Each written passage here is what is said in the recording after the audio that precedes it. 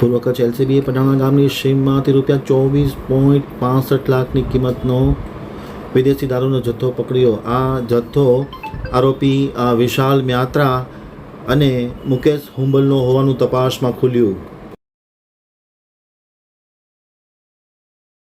પૂર્વ કચ્છ એલસીબી પોલીસે ગાંધીધામ તાલુકાના પડાણા ગામની સીમમાં પ્રોહિબિશનનો મોટો જથ્થો ઝડપી પાડ્યો છે।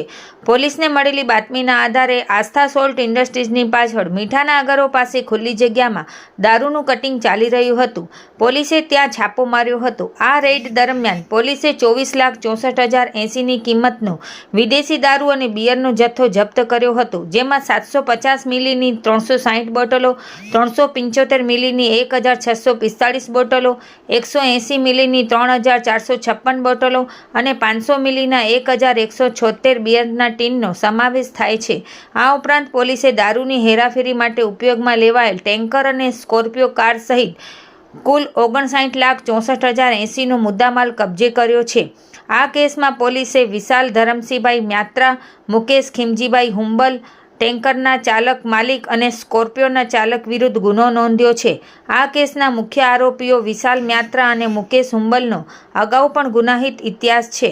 વિશાલ મ્યાત્રા વિરુદ્ધ વિવિધ પોલીસ સ્ટેશનમાં મારામારી, જુગાર અને પ્રોહીના કુલ 7 કેસ નોંધાયેલા છે, જ્યારે મુકેશ હુંબલ વિરુદ્ધ 2 પ્રોહિબિશનના ગુનાઓ દાખલ થયેલા છે। આ સમગ્ર કાર્યવાહી પોલીસ મહાનિરીક્ષક ચિરાગ કોરડિયા અને પૂર્વ કચ્છ પોલીસ અધિક્ષક સાગર બાગમારની સૂચના હેઠળ લોકલ ક્રાઇમ બ્રાન્ચના PI NN Chudasama, PSI DG પટેલની ટીમે પાર પાડી હતી।